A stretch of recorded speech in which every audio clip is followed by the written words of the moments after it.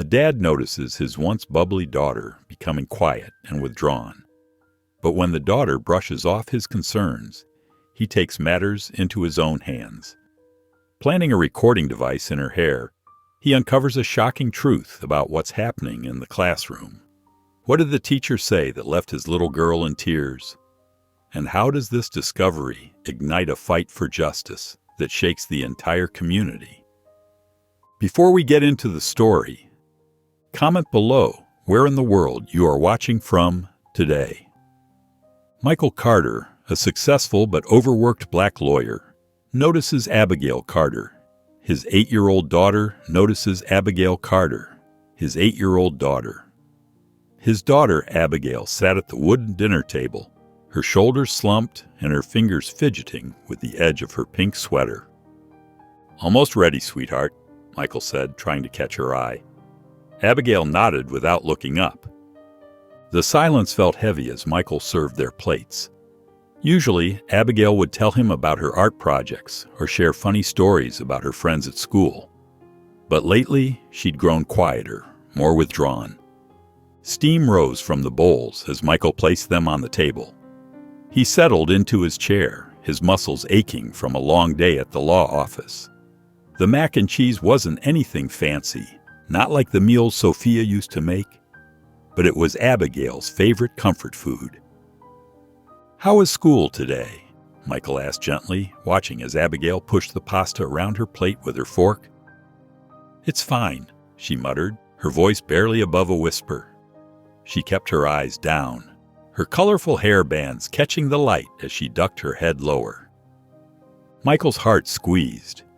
He remembered how Sophia used to braid Abigail's hair every morning, adding those bright bands that matched their daughter's normally sunny personality. Now, the colors seemed to mock the sadness in Abigail's deep brown eyes. "Did anything interesting happen in class?" He tried again, taking a bite of his dinner. Abigail shrugged, finally lifting a small forkful of pasta to her mouth. She chewed slowly, mechanically, like it was a chore rather than her favorite meal. Michael watched her, his own appetite fading. As a lawyer, he was used to reading people, picking up on subtle cues. Something was definitely wrong. The sparkle that usually lit up Abigail's face was missing, replaced by a shadow he couldn't quite understand.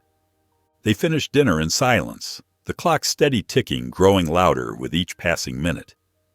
Michael gathered the dishes, noting that Abigail had eaten less than half of her portion.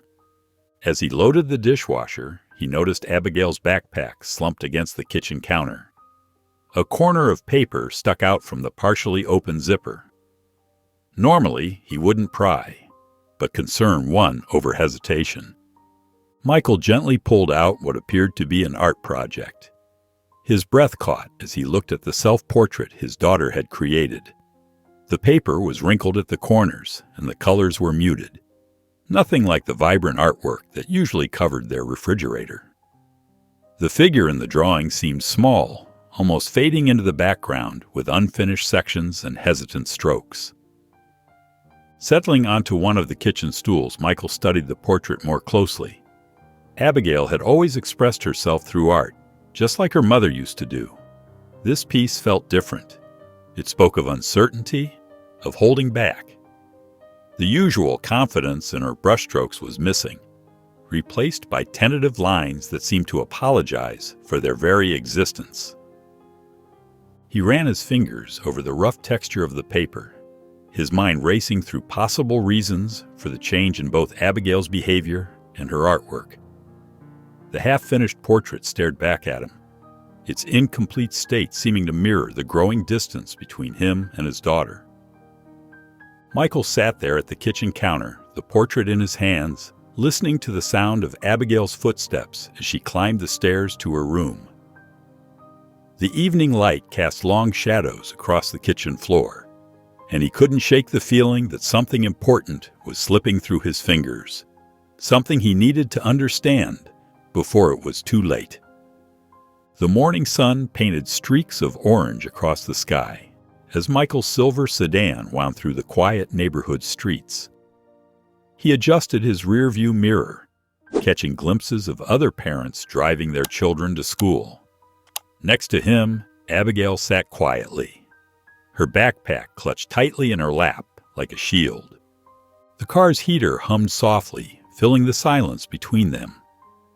Michael noticed how Abigail's fingers kept moving restlessly over her backpack straps, twisting and untwisting them in an endless loop.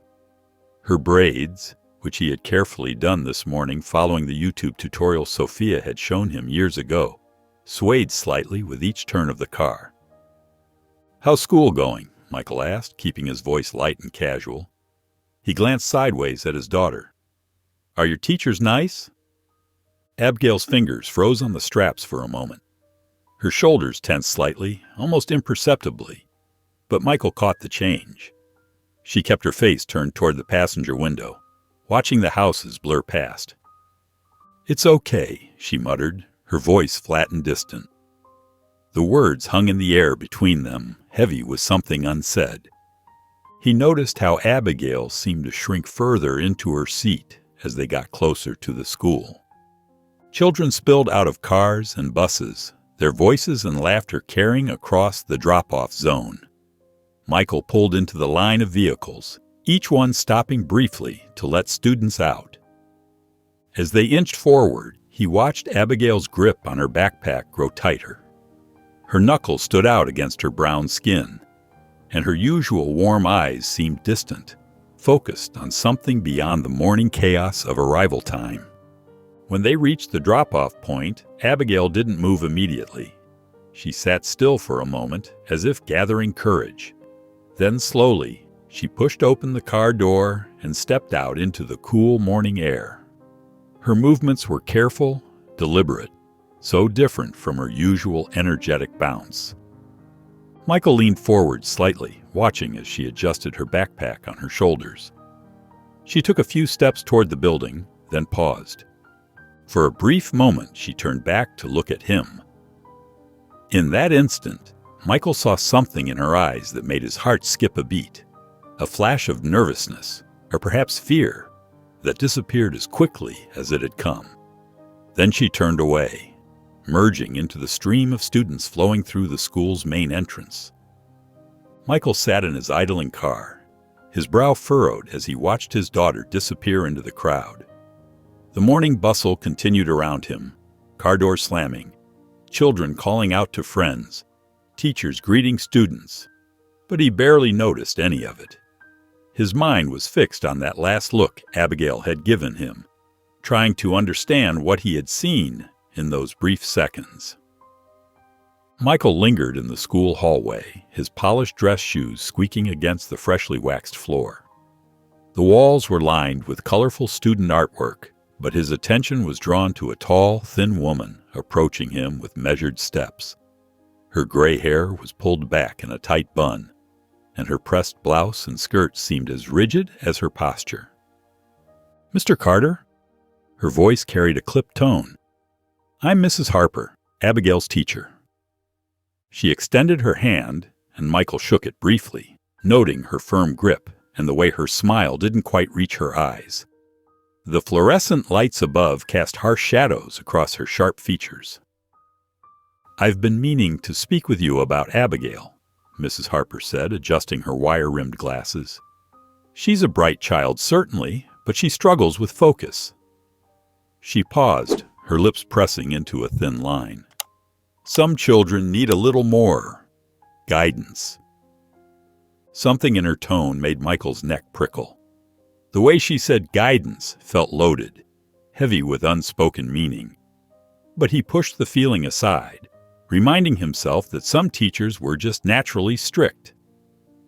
"Abigail's always been a good student," Michael replied, keeping his voice even. "Her previous teachers have never mentioned any issues with focus." Mrs. Harper's smile tightened. "Well, my standards are quite particular. I believe in pushing all my students to reach their full potential." She emphasized all in a way that made Michael's stomach twist slightly. "I appreciate your dedication," Michael said diplomatically, though the words felt hollow in his mouth. He glanced at his watch, using it as an excuse. I should be heading to the office." "Of course," Mrs. Harper nodded curtly. "We wouldn't want to keep you from your important work." As Michael walked down the hallway toward the exit, he passed by Abigail's classroom. The door was open, and he couldn't help but glance inside. The sight made him stop in his tracks. Abigail sat alone at her desk, surrounded by empty chairs, while other students clustered together across the room. Her shoulders were hunched, her head bent low over her work. She looked so small in the large classroom, like a tiny island in a vast sea. The image stuck with him as he walked to his car, settling heavily in his chest. Even as he pulled out of the school parking lot, he couldn't shake the picture of Abigail sitting there, isolated and withdrawn. His daughter, who used to bubble with energy and creativity, now seemed to be fading into the background of her own classroom. The morning traffic moved slowly around him, but Michael barely noticed. His mind kept returning to that moment, Abigail alone at her desk, Mrs. Harper's forced smile, the uneasy feeling that had crept up his spine during their conversation. Something wasn't right, but he couldn't quite put his finger on what it was.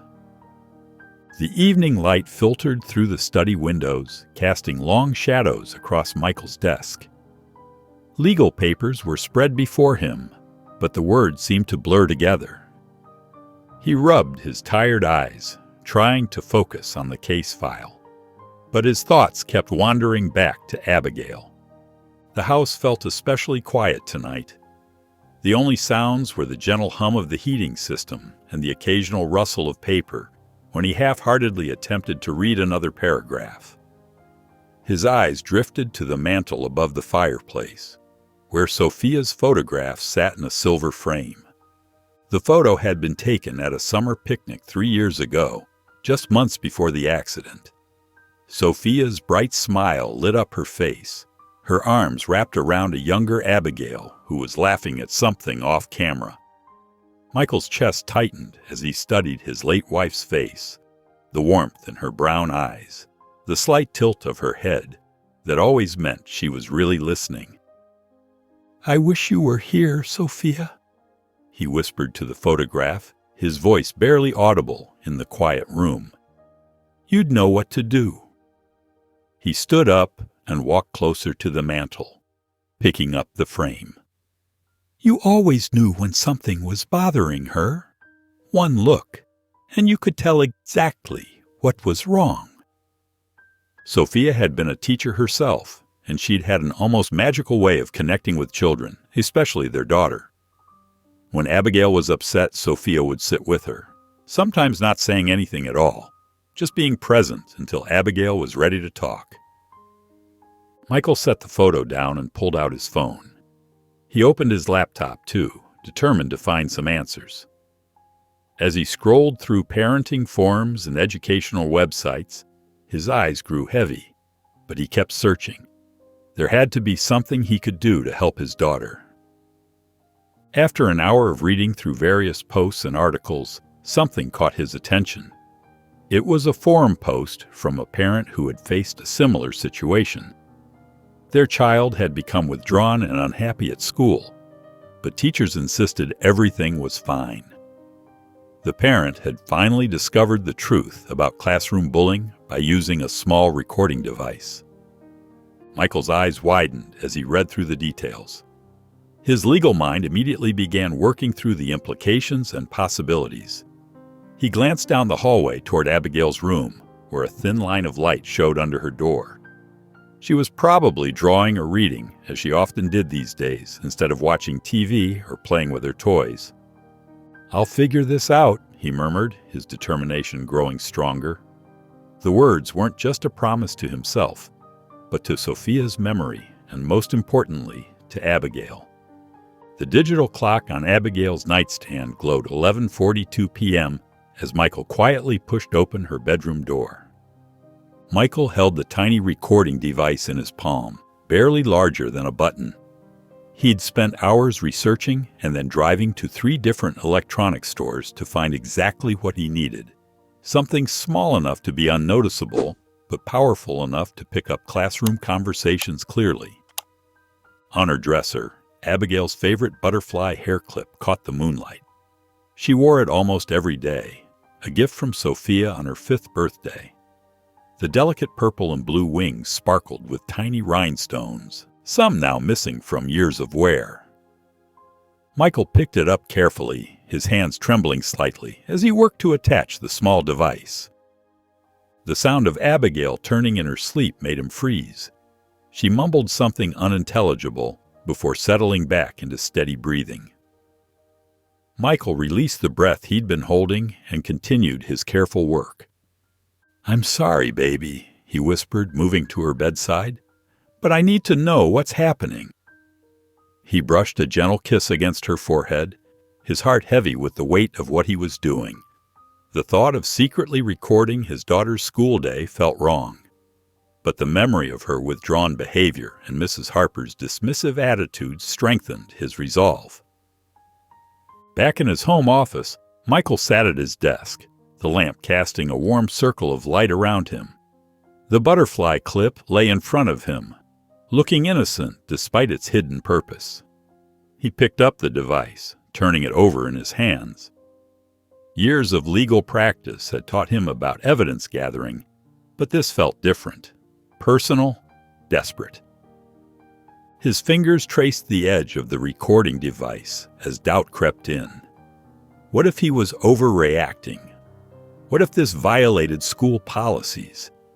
But then he remembered Abigail's half-finished self-portrait, the way she avoided his eyes at dinner, that glimpse of fear when she looked back at him outside the school. Michael's heart pounded as he set the clip back down.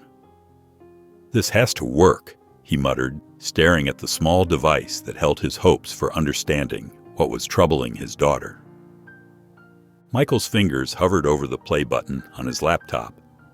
The office was quiet except for the gentle hum of his computer and the ticking of the wall clock. Through his window, the setting sun cast long shadows across his desk, where he'd arranged everything he needed: headphones, notepad, and a glass of water. He pressed play, and the recording began with the usual morning sounds: children settling into their seats, papers rustling, chairs scraping against the floor. Mrs. Harper's voice came through clearly, taking attendance and beginning the day's math lesson. For the first 20 minutes, everything seemed normal. Michael jotted down timestamps and brief notes, though nothing stood out as concerning. He heard Abigail's quiet "here" during roll call, and the occasional shuffling that must have been her moving in her seat. Then came a question about fractions. "Who can tell me how to add these numbers?" Mrs. Harper asked. There was a pause, then Michael heard his daughter's voice, soft but clear. "I think you need to find a common denominator first." Mrs. Harper's voice cut through sharply. "Abigail, maybe you should let someone who actually understands the material answer." Michael's hand jerked, nearly knocking over his water glass. He quickly paused the recording, his heart pounding. Had he heard that correctly? He rewound the clip and played it again. The same dismissive tone, the same cruel words. His hands trembled as he pressed play again, continuing the recording. More classroom discussion followed, but now he noticed a pattern he'd missed before. Every time Abigail spoke, Mrs. Harper's responses dripped with condescension. "No, Abigail, that's not correct." Again. The teacher's voice was heavy with exaggerated patience. "Maybe if you paid more attention instead of drawing in your notebook." Another clip. "Class, this is what happens when we don't prepare properly. Abigail, you might want to take notes on how Sarah answers this question correctly." Each comment landed like a physical blow. Michael found himself gripping the armrests of his chair, his knuckles white. The recording continued, revealing a steady stream of subtle jabs and dismissive remarks, all aimed at his daughter. During a reading exercise, Abigail stumbled over a word. Instead of helping, Mrs. Harper sighed loudly. "Really, Abigail? This is third-grade material. I expected better from you." Scattered giggles from classmates followed, and Michael could imagine his daughter shrinking in her seat. He leaned back in his chair, his chest tight with anger and grief. The recording continued to play, but the pattern was clear now. This wasn't a teacher being strict or maintaining high standards. This was something else entirely, a systematic targeting of his child. "This isn't just strictness," he whispered, the realization hitting him full force. "This is something else." Over the next few days, Michael established a routine. After putting Abigail to bed, he would retreat to his office, put on his headphones, and listen to the recordings from her classroom. Each session left him more disturbed than the last. Tonight he sat at his desk, organizing the clips chronologically. The overhead light cast a harsh glow as he clicked through the files, his legal pad filled with detailed notes, times, dates, and exact quotes. His coffee had long since gone cold, forgotten as he focused on Mrs. Harper's voice coming through his headphones. "Class, let's look at today's history assignment." Mrs. Harper's voice rang out clearly. There was rustling of papers, then her tone changed. "Abigail, this is completely unacceptable. You clearly didn't put any effort into this." Michael's jaw clenched as he heard his daughter's timid response. I tried really hard, Mrs. Harper. I spent 2 hours." "You people never try hard enough," Mrs. Harper cut her off sharply. The words hung in the air like poison. Through the recording, Michael heard the sudden silence in the classroom, followed by the unmistakable sound of his daughter trying to hold back tears. Quiet sniffles reached through the audio, each one piercing his heart. He paused the recording, removing his headphones with shaking hands. The phrase, "you people," echoed in his mind, its implications crystal clear. His eyes burned with unshed tears as he thought of Abigail sitting there, trying to be brave while facing such blatant racism. Taking a deep breath, Michael reached for his legal pad and added another entry, his normally neat handwriting now sharp and angular with anger. He'd been documenting everything: the dismissive tones, the backhanded comments, the way Mrs. Harper consistently singled out Abigail for criticism while praising other students for similar work. He picked up the USB drive where he'd stored all the recordings, turning it over in his hands. The small device contained hours of evidence, proof of what his daughter had been enduring day after day. His lawyer's mind was already categorizing the incidents, recognizing patterns of discrimination that went beyond simple strictness or high standards. Michael sat back in his chair, the leather creaking beneath him. The weight of what he'd discovered pressed heavily on his shoulders. "This isn't just about Abigail," he muttered, his mind racing. "If she talks like this to my daughter, who else has she been targeting?" The question hung in the dark office as he stared at the USB drive in his hand, his thoughts turning to the other children in Mrs. Harper's class. How many others had faced similar treatment? How many had gone home feeling small and worthless, just like his Abigail? Michael's footsteps echoed through the empty school hallway as he marched toward Principal Jensen's office, his leather briefcase clutched tightly in one hand.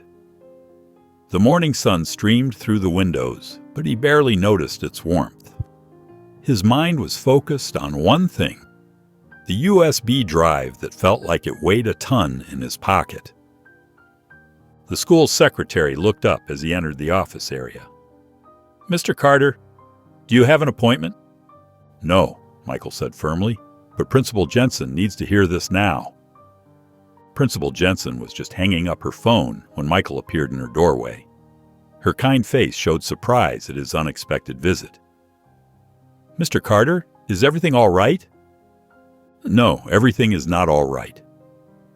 Michael closed the door behind him and took a seat across from her desk. His hands were steady as he pulled out the USB drive and his legal pad. "I have evidence of Mrs. Harper discriminating against my daughter and possibly other students." Principal Jensen's expression shifted from surprise to concern.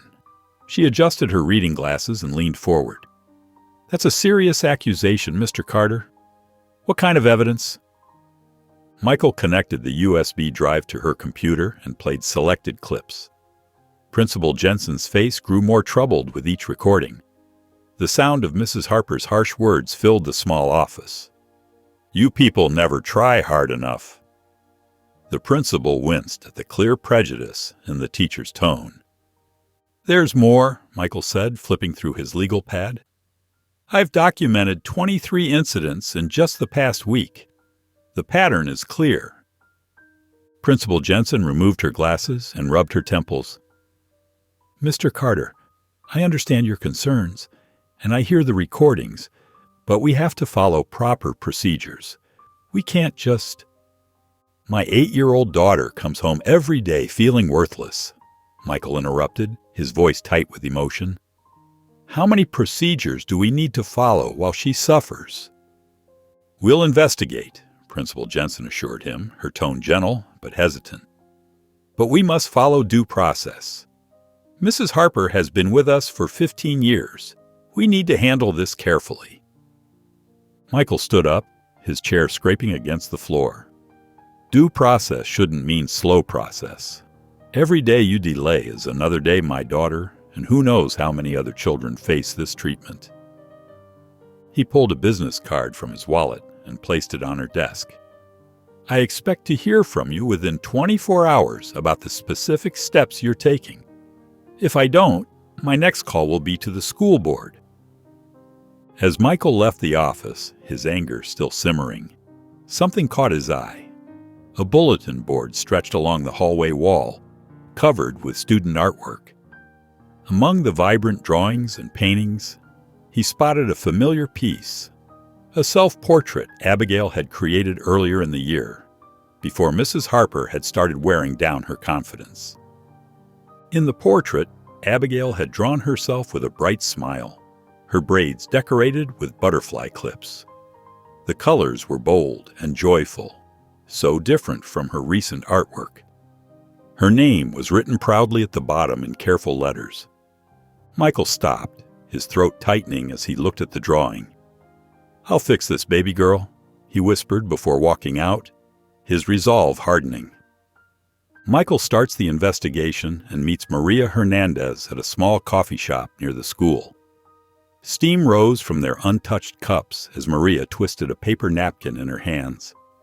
Her eyes were red-rimmed, and her voice trembled as she spoke about her daughter Sophia. "At first, I thought Sophia was just having trouble adjusting," Maria explained, her accent gentle but clear. "But then she started crying every night before bed, begging not to go to school." Michael leaned forward, his legal pad ready.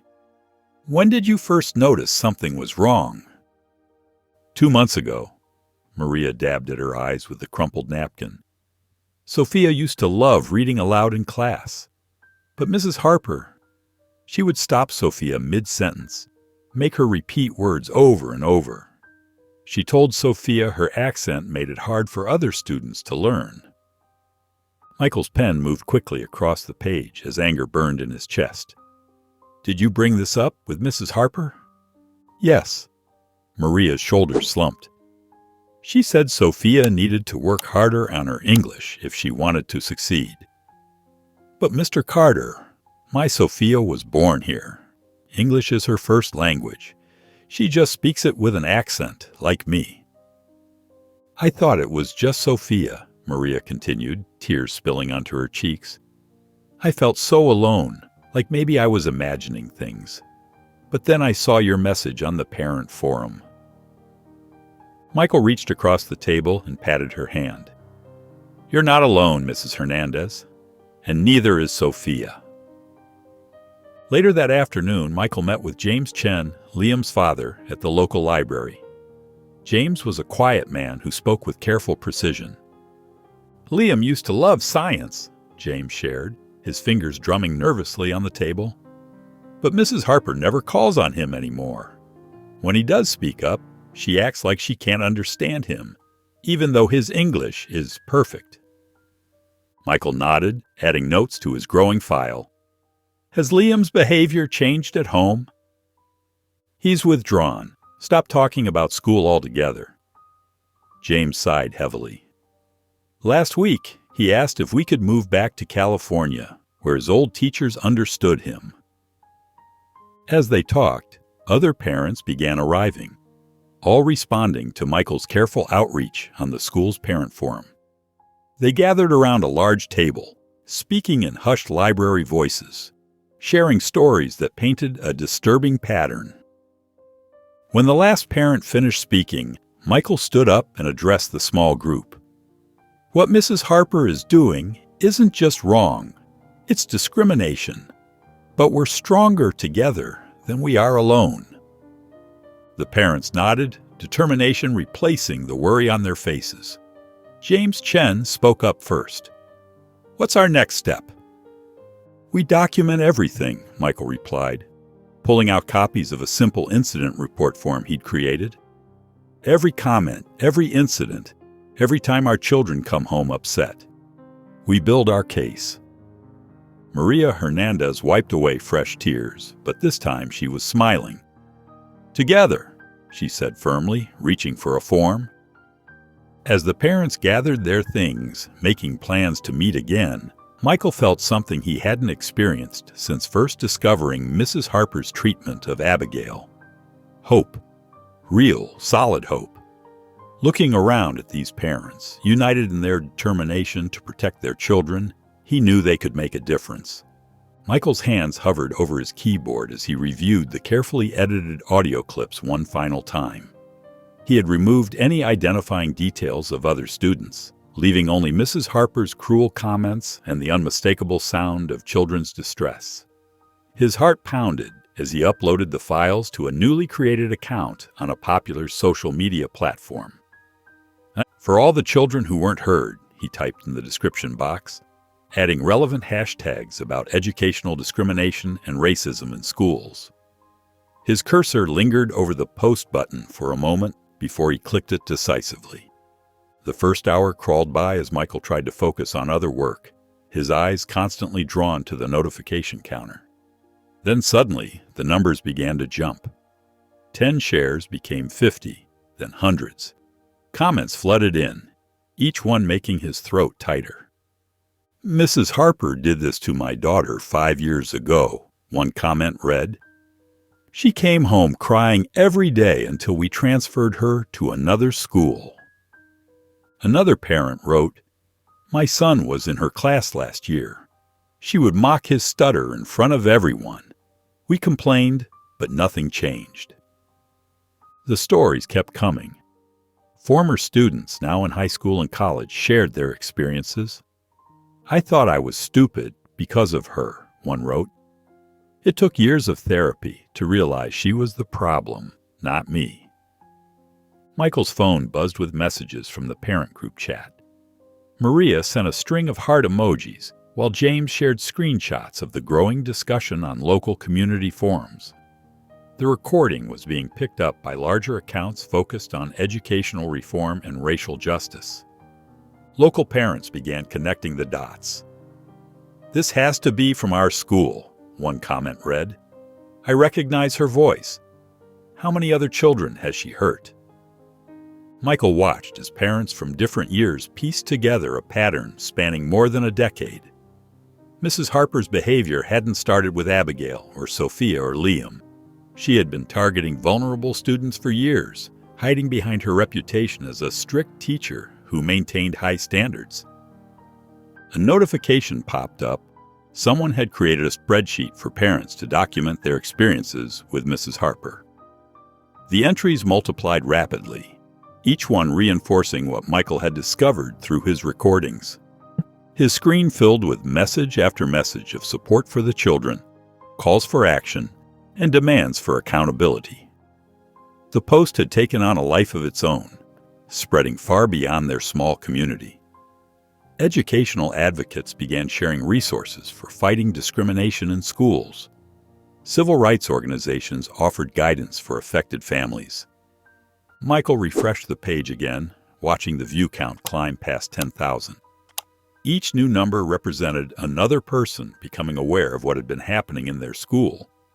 The silence that had protected Mrs. Harper was breaking, one share at a time. He glanced at the clock. Barely 3 hours had passed since he'd made the post. The view counter jumped again, and Michael felt a mix of relief and determination as he muttered, "Now they can't ignore this." Eliana Zoe, a reporter from Channel 7 News, sat across from Michael in his law office. Her cameraman adjusted the lighting while she reviewed her notes. Michael had carefully arranged the setting. His face would be in shadow, his voice altered in post-production. "What made you decide to record these interactions?" Eliana asked, her expression serious. Michael shifted in his chair, choosing his words carefully. When a child stops being themselves, parents notice. But proving why can be difficult, especially when the system is designed to protect the wrong people. Eliana played segments of the recordings through her headphones, her face darkening. "These are disturbing," she said, removing the headphones. "How long has this been going on?" "Based on the responses online, at least a decade," Michael replied, his voice steady despite the anger simmering beneath. "Dozens of families have come forward. Different years, different backgrounds, but the same pattern of discrimination." The interview continued as Eliana dug deeper into the systemic issues that had allowed Mrs. Harper's behavior to continue unchecked. Michael shared redacted copies of emails from parents who had tried to report her before, only to have their concerns dismissed. "What do you hope will come from making this public?" Sarah asked. Michael leaned forward slightly, his silhouette stark against the window behind him. "Change. Not just for one teacher or one school, but for every child who's ever been made to feel less than because of who they are." Later that evening, Michael sat in his living room watching the news segment air. Abigail was staying at her aunt's house, safely away from the media storm. The report was thorough, presenting the recordings alongside interviews with education experts and civil rights advocates. The segment showed the school's exterior as Eliana's voiceover detailed the timeline of events. Screenshots of parent testimonies flashed across the screen, each one adding weight to the evidence. The station had even uncovered previous complaints filed against Mrs. Harper that had been buried in administrative records. Michael's phone buzzed constantly with messages from other parents. The local NAACP chapter reached out, offering support. Community leaders called for immediate action from the school board. Social media exploded with reactions, the hashtag #EHJusticeForOurKids trending locally. What had started as one father's attempt to protect his daughter had transformed into something much larger. The news segment revealed a system that had failed not just Abigail, but generations of students. As Michael watched the community's response unfold on his screen, he realized they had finally broken through the wall of silence that had protected Mrs. Harper for so long. The segment ended with Eliana's powerful closing statement. "Tonight, we're left asking not just how this happened, but how many children's voices were silenced before someone finally listened." Michael sat back on his couch, watching as the regular programming resumed. His phone continued to light up with notifications, parents organizing protests, advocacy groups offering resources, community members demanding accountability. The small spark he had ignited was growing into a flame that couldn't be ignored. Michael attends a school board meeting with Maria Hernandez and Liam's father. The school board meeting room buzzed with tension as parents filled the hard plastic chairs. Michael sat between Maria Hernandez and James Wilson, Liam's father, their shoulders straight and faces determined. The fluorescent lights cast harsh shadows across the long table where the board members sat, their expressions carefully neutral. Board chairperson Douglas Matthews shuffled some papers, barely glancing at the gathered crowd. His gray suit matched the institutional walls, and his demeanor was just as cold. We'll now hear from Mr. Carter regarding his concerns about one of our staff members. Michael stood, his legal folder clutched firmly in his hand. What I'm presenting today isn't just concerns. These are documented instances of discrimination. He placed the USB drive on the table. These recordings clearly show... Mr. Carter, Matthews interrupted, holding up his hand. We've reviewed the materials you submitted. While concerning, they represent isolated incidents that require proper context. Maria Hernandez shot to her feet. Isolated? Her voice trembled with emotion. My Sophia comes home crying because Mrs. Harper mocks her accent. Every day she... Please, Matthews cut in. We need to follow proper procedures. Making accusations without a full investigation. Investigation? James Wilson stood now too. The evidence is right there. How many children need to suffer while you investigate? The other board members shifted uncomfortably in their seats, avoiding eye contact. One woman dabbed at her forehead with a tissue, while another suddenly became very interested in his phone. We'll handle this internally, Matthews said, his tone dismissive. The board will review the situation and take appropriate action if necessary. If necessary? Michael's voice cut through the room like steel. We have dozens of testimonies spanning years. We have recordings. We have... Matthews rapped his gavel sharply. Mr. Carter, we understand you're upset, but this board has procedures. We can't just act on hearsay and unauthorized recordings. The word unauthorized hit Michael like a physical blow. They were more concerned about how he'd obtained the evidence than what it revealed. He looked around the room, taking in the faces of the other parents, their hope fading as they realized this system wasn't designed to help them. This isn't over, Michael said, his voice low but carrying clearly across the room. He gathered his materials, the papers crackling under his tight grip. Maria touched his arm, her eyes glistening. They're not going to help us, are they? Michael shook his head, his jaw clenched. The three parents walked out together, their footsteps echoing in the quiet hallway. The sound of Matthews calling the next item on the agenda followed them out. The drive home seemed longer than usual, Michael's knuckles white on the steering wheel. His face felt hot, and his heart wouldn't stop racing. When he finally pulled into his driveway, he had to sit for a moment to compose himself. Inside, Abigail was waiting. She jumped up from the couch where she'd been reading, her braids bouncing as she ran to him. Her small arms wrapped around his waist, and she looked up at him with those big brown eyes that reminded him so much of Sophia. "Did you fix it, Daddy?" she asked softly. Michael knelt down to her level, his anger melting into determination as he looked at his daughter's hopeful face. "Not yet, sweetheart, but I won't stop until I do." The morning sun cast long shadows across the school grounds as Michael dropped Abigail off.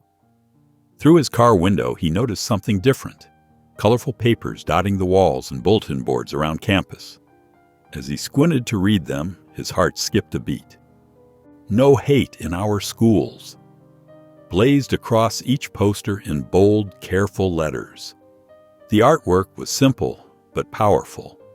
Hands of different colors joined together, rainbows stretching across clouds, and butterflies soaring free. Each poster carried a message of unity and acceptance. Michael recognized the artistic style immediately. The way the letters curved, the particular shade of purple used in the drawings, it was distinctly Abigail's work. His daughter had inherited Sophia's artistic talent, and he'd spent enough time admiring her drawings to know her hand anywhere. He watched as other parents and students stopped to read the posters. A group of kids pointed excitedly at one featuring a particularly beautiful butterfly design. Two teachers paused to discuss another, nodding approvingly at its message. Principal Jensen emerged from the building, her eyes scanning the new decorations. Instead of ordering them taken down, she smiled slightly and continued her morning rounds. Michael felt a surge of pride. His daughter had found her voice in her own quiet way.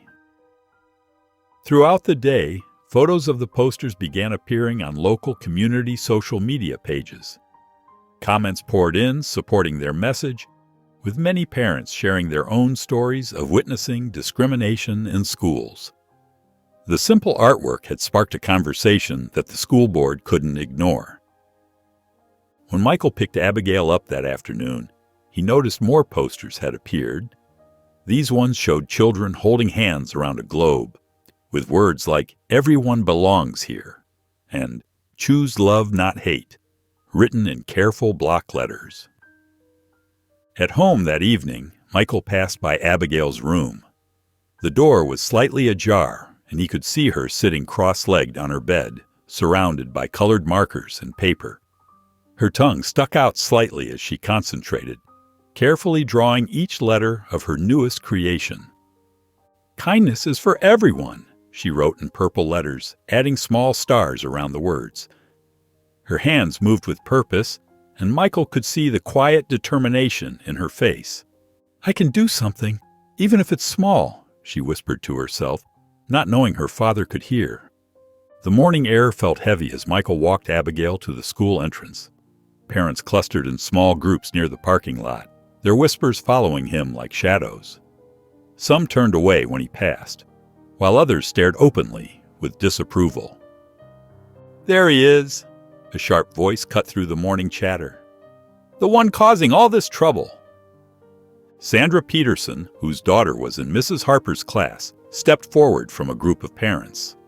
Her perfectly styled blonde hair and designer handbag seemed to match her air of superiority. "You're just stirring up drama for nothing," she declared loudly, making sure others could hear. "Mrs. Harper has been teaching here for 20 years. She's strict because she cares about excellence." Michael felt Abigail's small hand tighten in his. He gave her a reassuring squeeze before kneeling down. "Go on inside, sweetheart. I'll see you after school." As Abigail reluctantly walked away, more parents joined Sandra. Tom Wilson, a local business owner, crossed his arms and shook his head. "My kids had Mrs. Harper. She pushed them to succeed. Maybe if you spent more time helping your daughter with schoolwork instead of making accusations." The implied criticism stung, but Michael maintained his composure. "I have recordings." "Oh, those recordings," Sandra interrupted with a dismissive wave. "Taken out of context, you're destroying a good teacher's reputation because your daughter can't handle constructive criticism."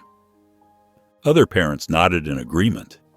Someone in the back muttered, "Troublemaker," loud enough for everyone to hear. The confrontation continued as more parents took sides. Some stood silently, uncomfortable but unwilling to speak up. A few gave Michael sympathetic looks but kept their distance. By the time Michael reached his office, his phone was buzzing with messages from other parents, some supportive, others angry. Local social media groups were filled with heated debates about the situation. Some called him a hero for speaking up, while others labeled him an attention seeker trying to ruin the school's reputation. The day dragged on with constant interruptions. Clients asked about the controversy. Colleagues offered well-meaning but tired advice about letting it go. Even his secretary seemed unsure how to handle the flood of calls from concerned parents on both sides. When evening finally came, Michael's shoulders felt heavy as he unlocked his front door. The weight of the day's confrontations, the judgmental stares, and the whispered accusations seemed to press down on him. He didn't notice Abigail at first, perched quietly on the staircase, her small figure half hidden in the shadows. Her dark eyes watched him with concern as he dropped his briefcase by the door and loosened his tie. "Are you okay, Dad?" she asked timidly, her voice small but filled with worry. Michael looked up at his daughter, seeing in her face echoes of Sophia's gentle concern. Despite his exhaustion, he felt his resolve strengthen. "I'll be fine as long as I'm fighting for you," he replied, meaning every word. The playground buzzed with activity during recess, but Abigail stood quietly near the brick wall, watching her classmates play. "Did you see those posters?" Sophia whispered, but Abigail could still hear her. "My mom says Mrs. Harper might get in trouble." "Good," Liam muttered, kicking at the wood chips beneath his feet. "She made fun of my stutter last week." Another girl, Jenny, nodded. "She always tells me to speak proper English when I talk like my grandma." Abigail's heart thumped against her ribs as she listened. Her feet felt heavy, but something inside pushed her forward. Step by step, she moved closer to the group. "It's not fair how she treats us," Abigail said, her voice stronger than she expected. The other children turned to look at her, surprise clear on their faces. Abigail rarely spoke up in class, let alone during recess.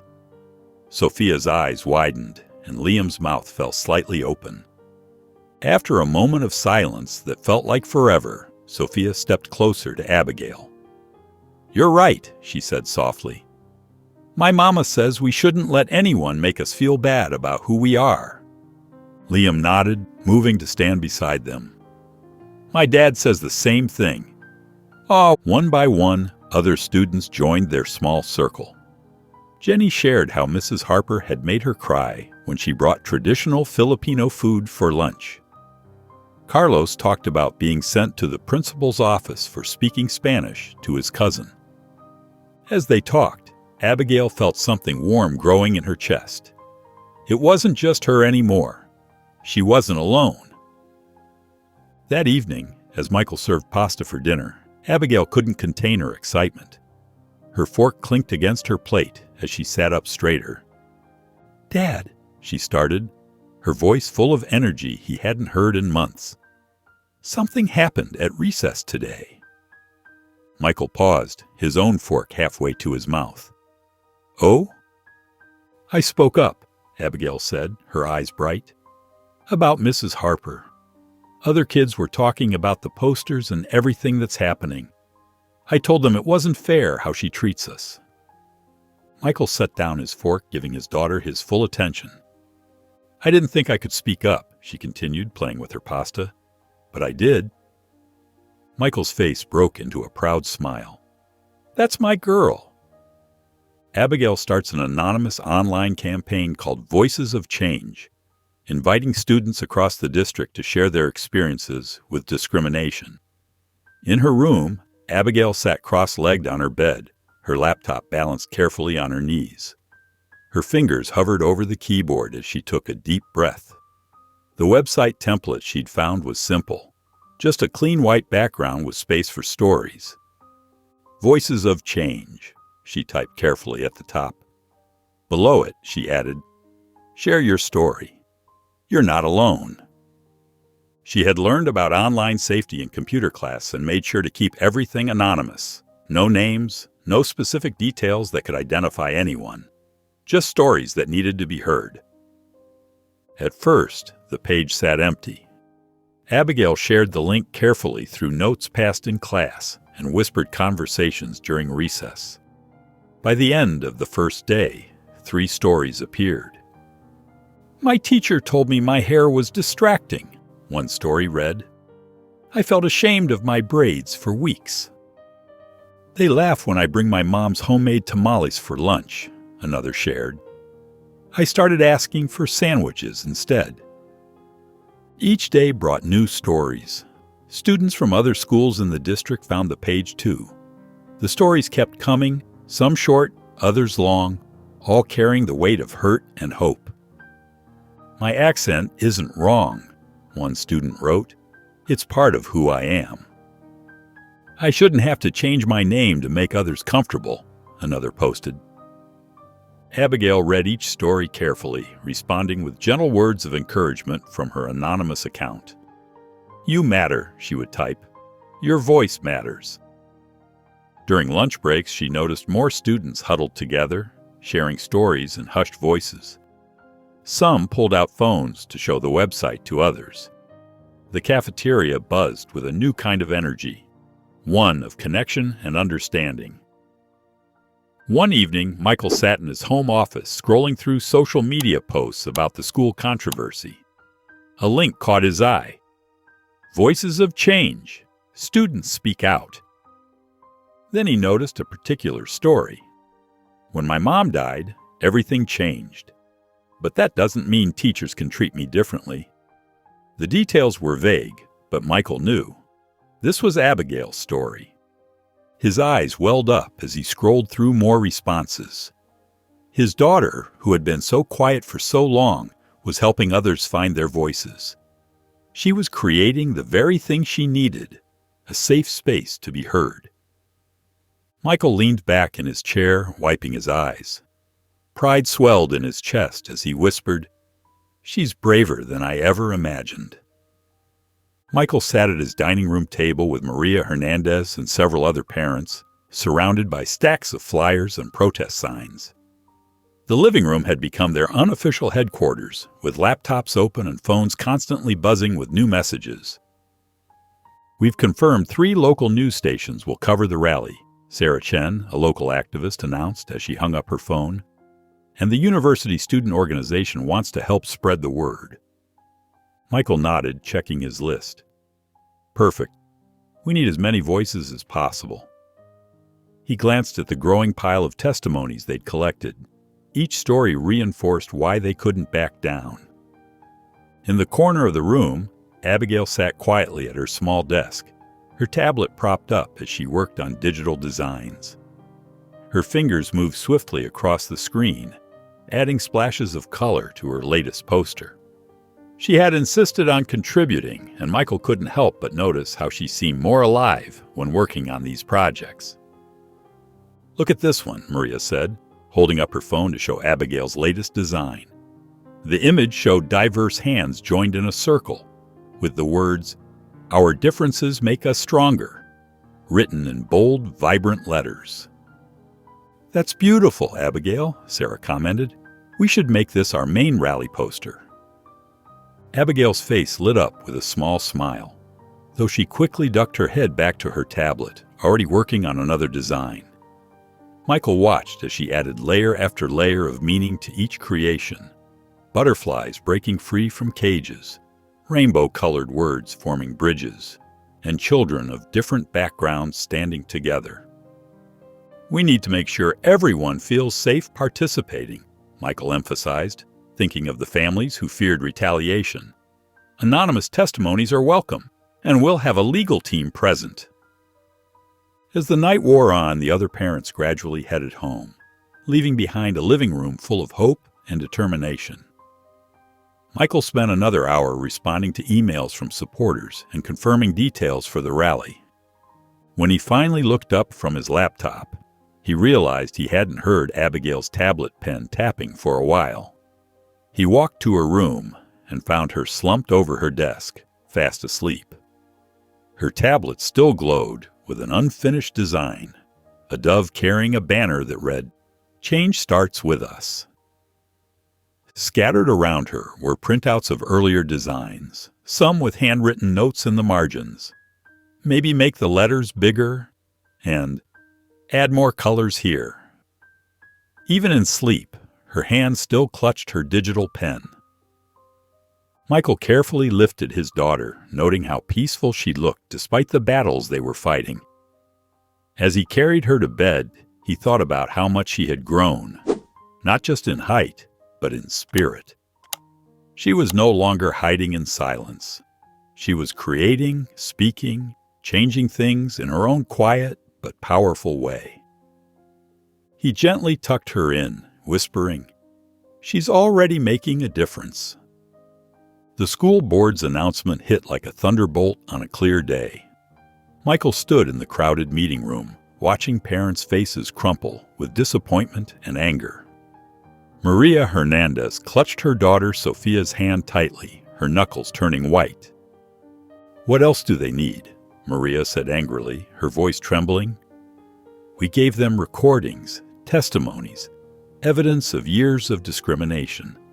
What more could they possibly want? The board members shuffled their papers, avoiding eye contact with the gathered parents. Their chairperson's words still echoed in the room. Insufficient evidence for immediate action, and due process must be followed. Sarah Chen stood up abruptly, her chair scraping against the floor. This is ridiculous. We have dozens of testimonies spanning years. There are recordings of her explicit bias. Michael watched as other parents joined in, their voices rising in protest. The security guards at the door shifted uncomfortably, but the board members remained impassive behind their long table. We understand your concerns, the chairperson repeated mechanically, but we must follow proper procedures. Mrs. Harper will remain on staff while we conduct a thorough investigation. The words felt like a slap in the face. Michael thought of all the children who would have to face Mrs. Harper tomorrow, the day after, and for who knew how long. He thought of Abigail, who had finally found her voice, only to see the system fail her again.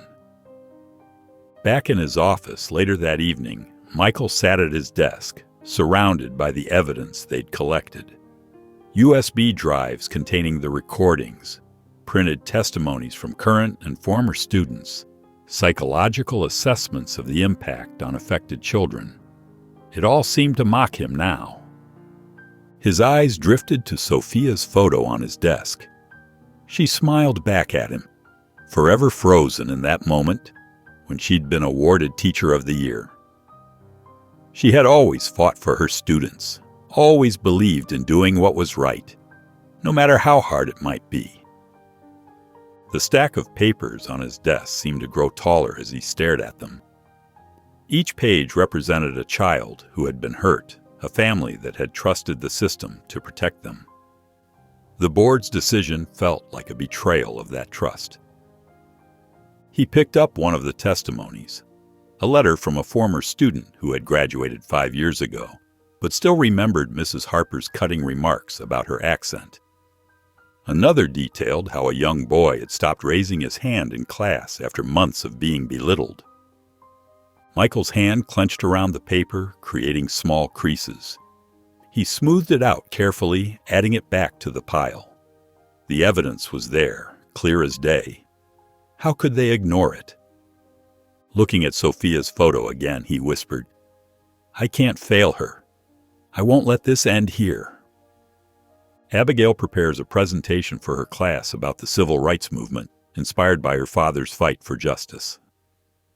Abigail stood in front of her bedroom mirror, rehearsing her presentation one last time. Her colorful butterfly hair clip, the same one that had once held her father's recording device, sparkled in the morning light. The civil rights movement wasn't just about big speeches, she practiced, her voice growing stronger with each word. It was about ordinary people standing up for what's right.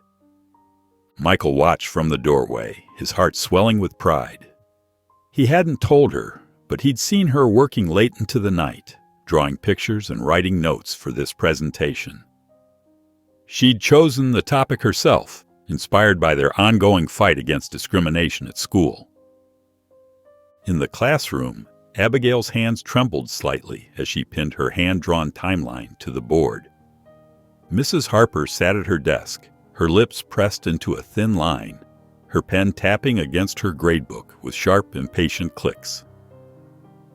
"My presentation is about everyday heroes," Abigail began, her voice barely above a whisper. She glanced at Mrs. Harper's cold stare and felt her courage wavering. But then she remembered her father's words. Sometimes being brave means being scared, but doing it anyway. She stood a little straighter and continued, her voice growing stronger. Ruby Bridges was just 6 years old when she became the first black student at her school, Abigail said, pointing to her drawing of a small girl walking between tall figures. She was younger than we are now, but she didn't give up, even when people were mean to her. Mrs. Harper's pen tapping grew louder, but Abigail pressed on. She showed her classmates pictures she'd drawn of lunch counter sit-ins, of children joining marches, of students helping each other study. People think you have to be grown up to make a difference, Abigail continued, her confidence building. But sometimes the biggest changes start with the smallest actions, like being kind when others aren't, or speaking up when you see something wrong. She could feel Mrs. Harper's disapproving glare, but for once it didn't make her shrink. Instead, she thought of her own small acts of resistance, the posters she'd made, the online campaign she'd started. The civil rights movement isn't just history, she said, her voice clear and steady now. It's happening right now, in big ways and small ways, whenever people stand up for what's right. As she finished her presentation, several of her classmates began to clap. Mrs. Harper tried to silence them with a sharp look, but the applause continued anyway. Sophia, who sat in the front row, gave her a big smile and a thumbs up. During recess, 3 of her classmates approached her by the swings. "That was really brave," Jenny said, scuffing her shoe in the wood chips. "Yeah," added Marcus. "I liked what you said about small actions making a difference." Liam, who usually stayed quiet in class, spoke up too. "My dad says you and your father are making history right now, just like the people in your presentation." Abigail felt warmth spread through her chest.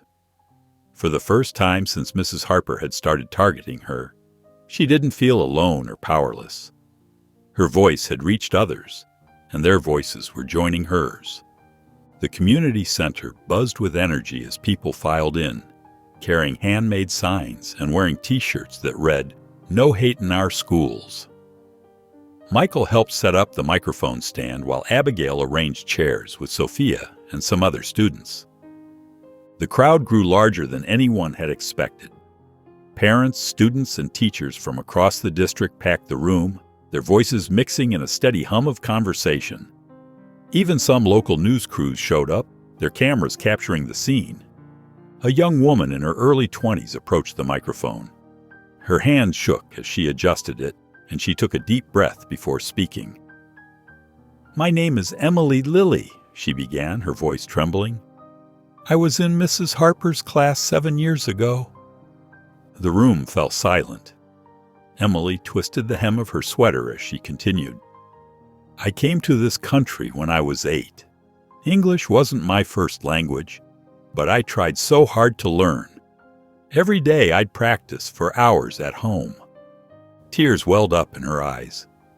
"But Mrs. Harper, she would make me read aloud in class, even when I wasn't ready. When I stumbled over words, she'd say things like, 'Some people just aren't cut out for this level of education.' She'd roll her eyes when I raised my hand and tell me to stop wasting everyone's time." In the audience, several people wiped their eyes.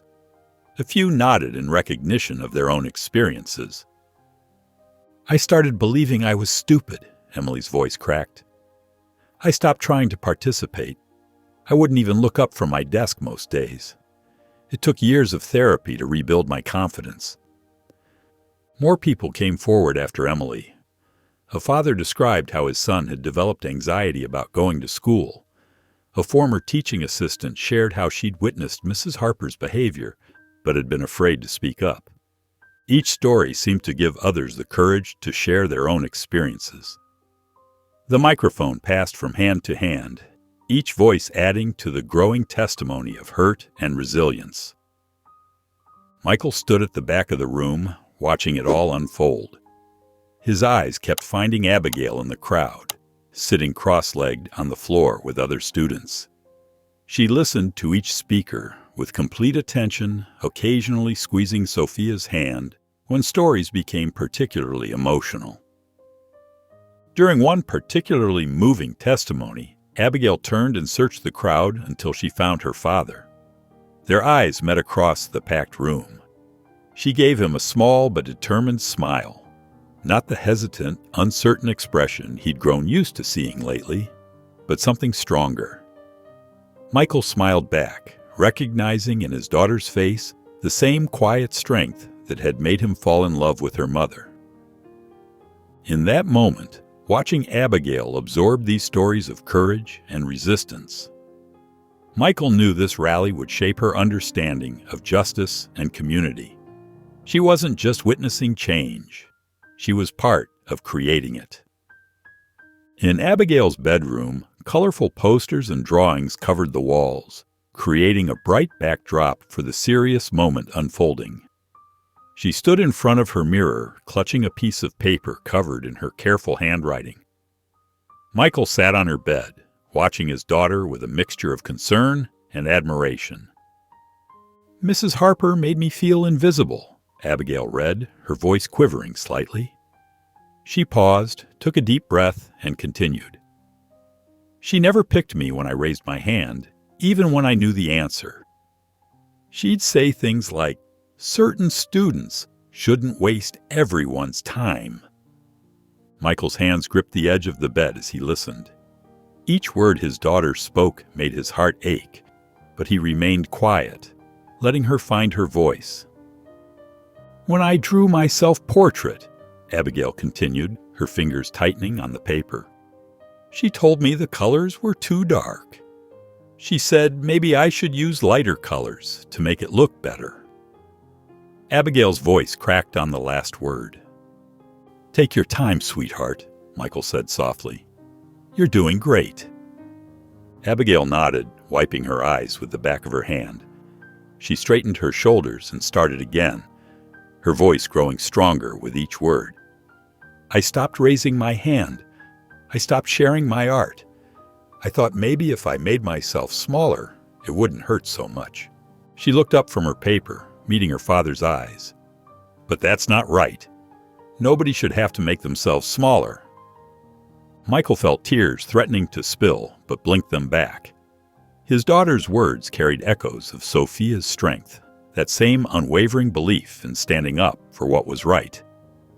"I want other kids to know they're not alone," Abigail said, lowering her paper. "Maybe if I tell my story, they'll know it's not their fault when someone makes them feel bad about who they are." She practiced a few more times, gaining confidence with each reading. Michael offered gentle suggestions, helping her find the right words when she struggled, but mostly just listening, being there. After the final practice, Abigail set her paper down on her desk, next to a framed photo of her mother. She turned to Michael, her eyes clear and determined. "I want to do this," she said firmly, walking over to wrap her arms around him. "I want to tell my story."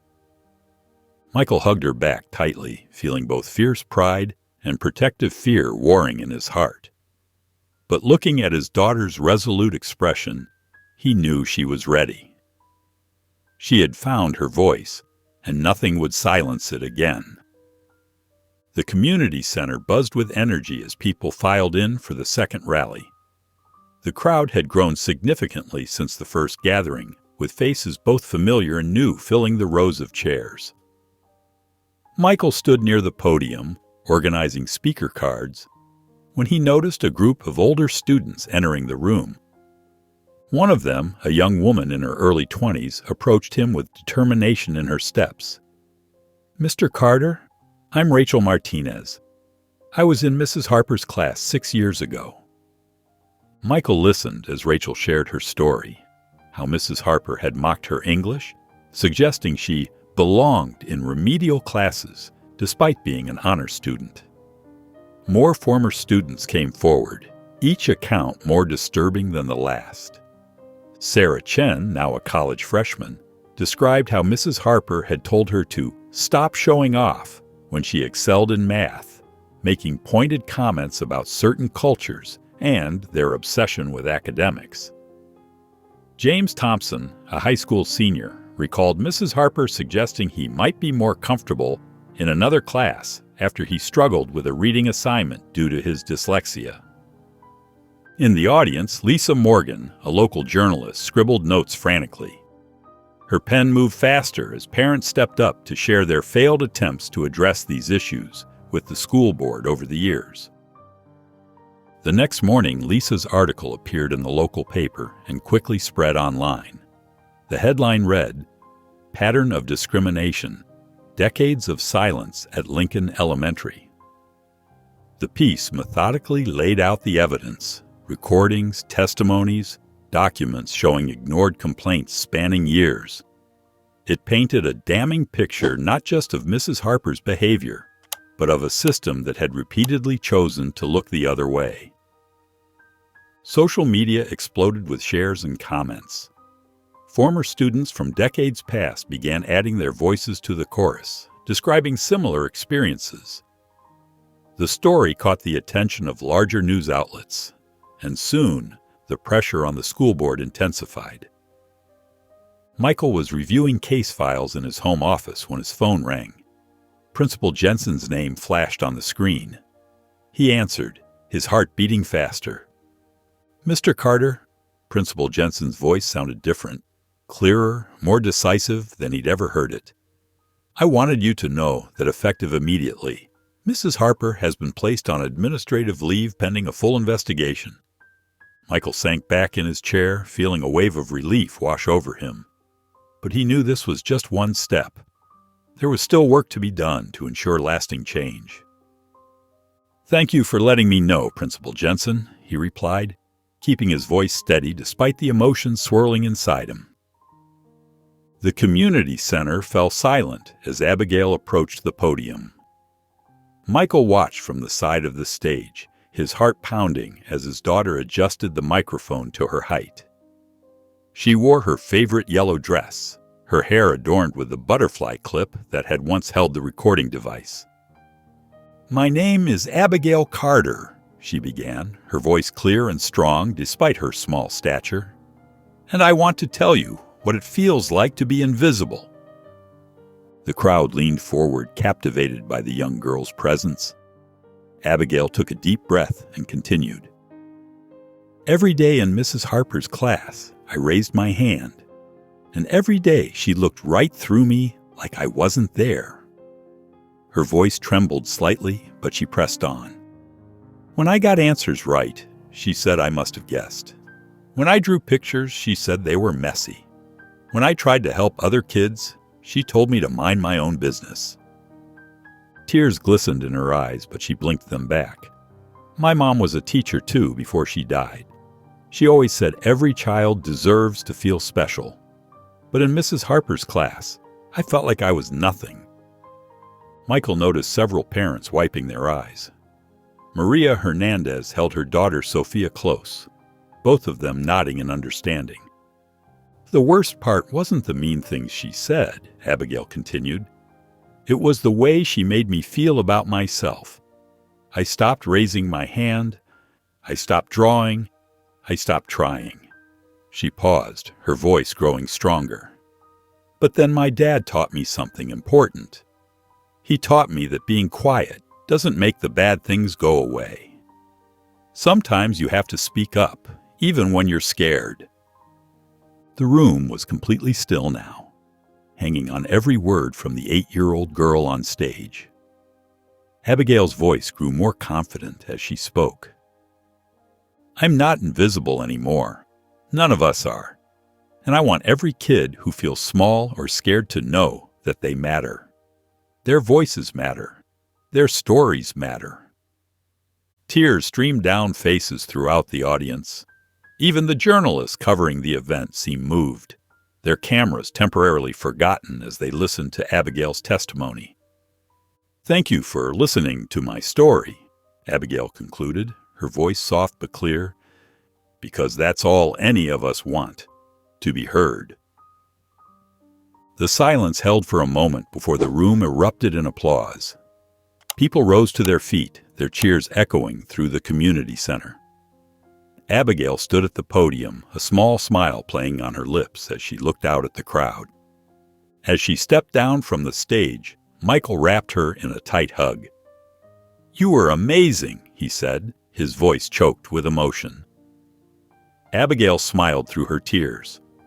The school board announces sweeping changes, including mandatory anti-racism training for all staff and stricter policies against discrimination. The school board meeting room buzzed with anticipation as Superintendent Davis stood at the podium. Michael sat in the front row, his shoulders tense as he waited for the announcement. Around him, other parents who had fought alongside him held their breath. After careful consideration and review of substantial evidence, Superintendent Davis began, adjusting his glasses. The board has unanimously voted to implement immediate changes across our district. Michael watched as the superintendent outlined the new policies. Mandatory anti-racism training would begin next month for all staff members. New guidelines would make it easier for students and parents to report discrimination. An independent committee would review complaints to ensure fair handling. Furthermore, Davis continued, his voice firm, we're establishing a zero-tolerance policy for any form of discrimination or bias in our classrooms. In the middle of the superintendent's speech, a note was passed to the board secretary. She whispered something to Davis, who nodded before addressing the room again. We've just received Mrs. Harper's formal resignation, effective immediately. A collective exhale swept through the room. Michael closed his eyes briefly, feeling the weight of months of struggle lifting from his shoulders. Maria Hernandez, sitting next to him, squeezed his hand in silent celebration. That evening, Michael stood in the doorway of Abigail's room, watching her work at her desk. Colorful markers and construction paper covered the surface as she carefully designed a poster. Her tongue stuck out slightly in concentration, just like Sophia used to do when she was focused. Abigail had joined the newly formed diversity club at school, and her first project was creating posters for their upcoming meeting. Her small hands moved confidently across the paper as she wrote, "Everyone belongs," in bold rainbow letters. Michael observed how she decorated the edges with different hands joined together, each a different shade. She added butterflies, stars, and hearts, making sure every corner of the poster radiated warmth and welcome. The sight filled Michael with pride. His daughter wasn't just surviving anymore. She was thriving, helping to create the change she wanted to see. She had found her voice and was using it to make sure other kids would never feel invisible. Abigail looked up from her work and caught him watching. She smiled, her eyes bright with purpose, and went back to adding final touches to her poster. Michael leaned against the doorframe, his heart full, knowing that together they had helped make their small corner of the world a little bit better. Abigail and her friends Sophia and Liam hold the first meeting of their diversity club. The art classroom buzzed with excited chatter as students filed in for the first meeting of the diversity club. Abigail stood at the front with Sophia and Liam, her heart racing as she watched more kids arrive than they'd expected. Students from every grade level squeezed into the colorful space, pulling chairs into a wide circle. "Welcome, everyone," Abigail said, her voice stronger than she'd imagined it would be. "We're so happy you're here." Sophia stepped forward, her dark eyes bright with enthusiasm. "We thought maybe we could start by sharing stories about what makes us unique." A shy girl named Min raised her hand first. She told them about moving from Korea last year and how scared she'd been to speak in class, worried that her accent would make others laugh. But then she described how her art teacher had encouraged her to express herself through painting when words felt too difficult. As more students shared their experiences, Abigail noticed something magical happening. With each story, the tension in the room melted away. Kids who had walked in looking nervous now sat forward in their chairs, nodding and offering encouraging smiles. Liam brought out markers and large sheets of paper. "We thought we could work on posters together," he explained, "to show everyone what our club stands for." Sophia moved between the groups, offering encouragement and extra supplies. "Look at this one," she called out, pointing to a poster covered in handprints of different colors. Abigail watched as new friendships formed right before her eyes. Tommy, who usually sat alone at lunch, was showing Jason how to write "welcome" in Arabic.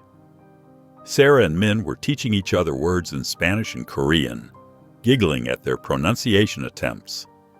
When they finished their posters, the group gathered to admire their work. Each one captured something special about their message. All different, all amazing. Friends come in every color, and be proud of who you are. But the one that caught everyone's attention was a simple design with bold letters surrounded by smaller words in different languages and styles. The message was clear and powerful. Diversity is strength. "That's the one," Abigail said, pointing to it. "That should be our first poster in the hallway." The other students nodded in agreement. Together, they walked to the main hallway where the principal had given them permission to display their work. Abigail carefully positioned the poster on the bulletin board, making sure it was straight before pushing in the thumbtacks. Michael settled into his favorite armchair, the worn leather creaking softly beneath him. The old scrapbook lay heavy in his lap, its pages filled with memories of Sophia's teaching career. His fingers traced the plastic covering that protected each photograph and newspaper clipping. The evening light filtered through the curtains, casting a warm glow across the pages as he turned them carefully. There was Sophia on her first day of teaching, standing proudly in front of her classroom with that radiant smile he missed so much. Another photo showed her surrounded by students during a science fair, her hands animated as she explained something exciting. Each page revealed more of the passion that had driven his late wife. News clippings highlighted her efforts to start after-school programs for struggling students, and handwritten thank you notes from parents spoke of her dedication to making every child feel valued. Michael paused at a particular photo that caught his eye. Sophia stood with a young student who was holding up an art project. The girl's smile was hesitant, but Sophia's gentle hand on her shoulder showed such encouragement. It reminded him so much of Abigail. "You always knew how to reach them," Michael whispered, running his finger along the edge of the photo. "The quiet ones, the scared ones. You saw them all." He found himself lingering over Sophia's teaching philosophy, written in her neat handwriting on a yellowed piece of paper. Every child deserves to be seen, heard, and valued. Our differences make our classroom stronger. The words blurred slightly as tears welled in his eyes. He could see so much of Sophia in Abigail now. The same determination to stand up for others, the same gentle approach to helping those who felt left out. The diversity club, the posters, the way she brought students together. It was all pure Sophia. Michael's chest tightened with emotion as he remembered how Sophia would come home each day, sharing stories about her students with such enthusiasm. She'd always believed in the power of small actions to create big changes, just like Abigail was doing now. Standing slowly, Michael walked to the mantel where family photos lined the wooden shelf. He found the perfect spot next to their last family photo, taken just months before they lost Sophia. In the picture, Abigail sat between them, her smile matching her mother's exactly. "You'd be so proud of her, Sophia," he whispered. Abigail stepped into her new classroom, her backpack decorated with colorful pins from the Diversity Club bouncing lightly against her shoulders. The morning sunlight streamed through the windows, warming the cheerful space filled with student artwork and inspirational quotes. "Good morning, Abigail." Ms. Martinez, her new teacher, greeted her with genuine warmth. The young woman's dark eyes sparkled with enthusiasm as she organized materials on her desk. "I heard wonderful things about the Diversity Club meeting yesterday. You're doing such important work." Abigail's face lit up at the praise. "Thank you, Ms. Martinez. We're planning to make welcome cards for new students next week." Several of her classmates waved as she made her way to her desk. Sophia, who sat next to her, leaned over with an excited whisper. "Did you see? Ms. Martinez put up our club poster right by the door." Abigail glanced at the bright poster they'd created together, now prominently displayed where everyone could see it. The words, "Everyone belongs here," stood out in rainbow letters, surrounded by drawings of children holding hands. Throughout the morning, Abigail participated actively in class discussions, raising her hand without hesitation. When they worked on their creative writing assignment, Ms. Martinez stopped by her desk to read what she'd written. "This is beautiful, Abigail," she said, pointing to a paragraph about friendship. "Would you like to share it with the class?" Instead of shrinking away as she once would have, Abigail nodded confidently. Standing at the front of the room, she read her story in a clear, steady voice. Her classmates listened attentively, and several hands shot up afterward to comment on their favorite parts. During lunch, Abigail sat with a growing group of friends. They chatted about their next club meeting and shared snacks, their laughter filling the cafeteria. A new student, hesitating with her lunch tray, caught Abigail's eye. Without missing a beat, she waved the girl over to join them. After school, Michael waited in the carpool line, tapping his fingers on the steering wheel. When Abigail bounded toward the car, he noticed something different in her walk, a new confidence that made her seem taller somehow. She climbed into the passenger seat, her face glowing with excitement. "Dad, you won't believe what happened today." Her words tumbled out in a happy rush as she told him about Ms. Martinez's praise, her successful story reading, and the new friend they'd made at lunch. "And guess what?" Abigail continued, practically bouncing in her seat. "Ms. Martinez asked if I would help welcome new students to our class. She says I have a gift for making people feel included."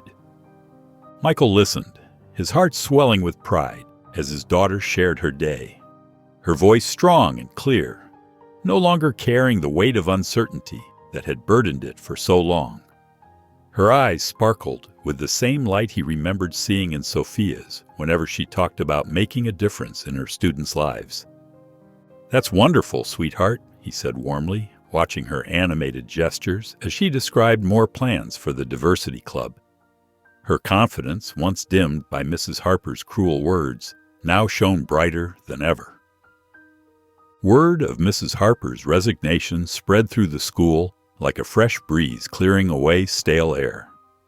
Parents gathered in small clusters during morning drop-off, their expressions a mix of relief and triumph. Some exchanged knowing looks, while others openly celebrated with quick hugs and bright smiles. "Did you hear?" Maria Hernandez called out to Michael as he walked Abigail to the entrance. "She's really gone." Students buzzed with excitement in the hallways, their voices lighter and more carefree than they'd been in months. Sophia and Liam rushed up to Abigail, their faces beaming. "My mom says we won't have to feel scared anymore," Sophia said, clutching her books to her chest. Principal Jensen stood in the main hallway, speaking with parents about the upcoming changes. Her voice carried a new energy as she described the diversity training programs and inclusion initiatives. "This is just the beginning," she assured them. "We're committed to making our school a place where every child feels valued." The morning announcements crackled over the intercom, confirming what everyone already knew. Mrs. Harper had submitted her resignation, effective immediately. The news was followed by details about the school's new anti-discrimination policies and the formation of a parent-teacher advisory committee focused on inclusive education. Throughout the day, teachers opened their classroom doors to discussions about respect and acceptance. In art class, students created a collaborative mural celebrating their different backgrounds and cultures. The cafeteria hummed with animated conversations about what the changes would mean. After school, Michael picked up Abigail, noticing how the atmosphere had shifted. Parents who had once hurried their children away now lingered, chatting and making plans for community events. The parking lot felt more like a neighborhood gathering than the tense space it had been just weeks before. As they drove past the school's main entrance, a large banner fluttered in the afternoon breeze. Its bold letters proclaimed, "New beginnings, stronger together." Abigail pressed her hand against the car window, her eyes fixed on the message. A soft smile spread across her face, carrying with it the weight of everything they'd overcome and the lightness of moving forward. "Look, Dad," she said quietly, pointing to the banner. Her expression held a peaceful contentment that Michael hadn't seen in far too long. Michael hosts a celebration for Abigail at home, inviting their friends and supporters. The Carter home buzzed with warmth and laughter as friends and supporters gathered to celebrate. Colorful balloons bobbed against the ceiling, and hand-drawn posters from Abigail's Diversity Club decorated the walls. The living room, usually quiet and reserved, now pulsed with life and joy. Maria Hernandez arranged a spread of homemade tamales on the dining table, while Liam's father Jim helped Michael set up extra chairs. Sophia and Liam darted through the crowd, their giggles mixing with the cheerful chatter of adults sharing stories and hopes for the school's future. In the center of the dining table sat a beautiful cake, its white frosting adorned with rainbow-colored flowers. The words, "Our Hero," were written in careful script, the letters swirling with hints of gold. Abigail stood before it, her eyes wide with wonder and slight embarrassment at being the center of attention. Principal Jensen arrived with a small gift bag, her presence a testament to the changes they'd achieved together. "This celebration isn't just about victory," she said, addressing the room. "It's about the courage it takes to stand up for what's right." Several parents shared brief speeches about how Abigail's bravery had inspired their own children to speak up. One mother wiped tears as she described how her shy son had finally found his voice in the Diversity Club meetings. When it came time to cut the cake, everyone gathered around. Abigail's hands trembled slightly as she held the knife, but her smile remained steady and bright. The room erupted in applause and cheers as she made the first cut, the sweet scent of vanilla filling the air. "Speech!" someone called out, and others joined in the encouragement. Abigail looked up at Michael, who nodded reassuringly. She cleared her throat and spoke softly but clearly. "Thank you all for being here. I couldn't have done any of this alone. Sometimes being brave just means having people who believe in you." As the guests enjoyed cake and conversation, Michael watched his daughter move through the room with a new confidence. She stopped to chat with classmates, laughed with their parents, and proudly showed off her latest artwork to anyone who asked. The afternoon light began to fade, casting a warm glow through the windows as the party wound down. As the last guests said their goodbyes, Michael and Abigail stood in their doorway, waving until the final car pulled away. In the quiet that followed, they began cleaning up together, working in comfortable silence until Michael paused to pull his daughter into a tight hug. "You've inspired me more than you'll ever know," he said softly. Abigail squeezed him back and replied, "You did the same for me, Dad." The evening air wrapped around Michael and Abigail like a gentle blanket as they sat on their front porch swing. Abigail leaned against her father's shoulder, her fingers absently playing with the friendship bracelet Sophia had made for her during their last Diversity Club meeting. The celebration's leftover balloons could still be seen through the window behind them, swaying gently in the evening breeze. The quiet moment felt perfect, but something tugged at Abigail's heart. She turned her face up toward her father, her eyes reflecting the golden light of sunset. "Do you think Mom would be proud of me?" she asked softly, her voice carrying a hint of vulnerability that made Michael's heart ache. Michael's breath caught for a moment as memories of Sophia flooded his mind. He remembered how she would stand up for her students, how she believed in creating safe spaces for every child to learn and grow. He thought about her gentle determination, the same quiet strength he now saw in their daughter. He looked down at Abigail, seeing so much of Sophia in her face, the same thoughtful expression, the same compassionate eyes. The past few months had transformed his quiet, withdrawn little girl into someone who stood tall and spoke truth to power. someone who created change not just for herself, but for others. The porch swing continued its gentle motion as Michael gathered his thoughts. He remembered how Sophia used to say that true courage wasn't about being fearless, but about doing what was right, even when you were scared.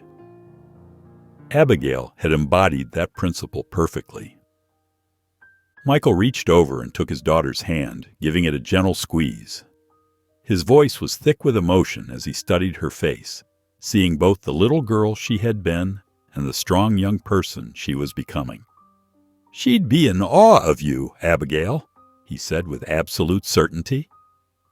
They sat together, watching the last rays of sunlight paint the sky, ready to face whatever comes next, stronger than ever. If you enjoyed the story of Abigail Carter, I handpicked this next story that you will enjoy. Please don't miss this one. Click here to watch it.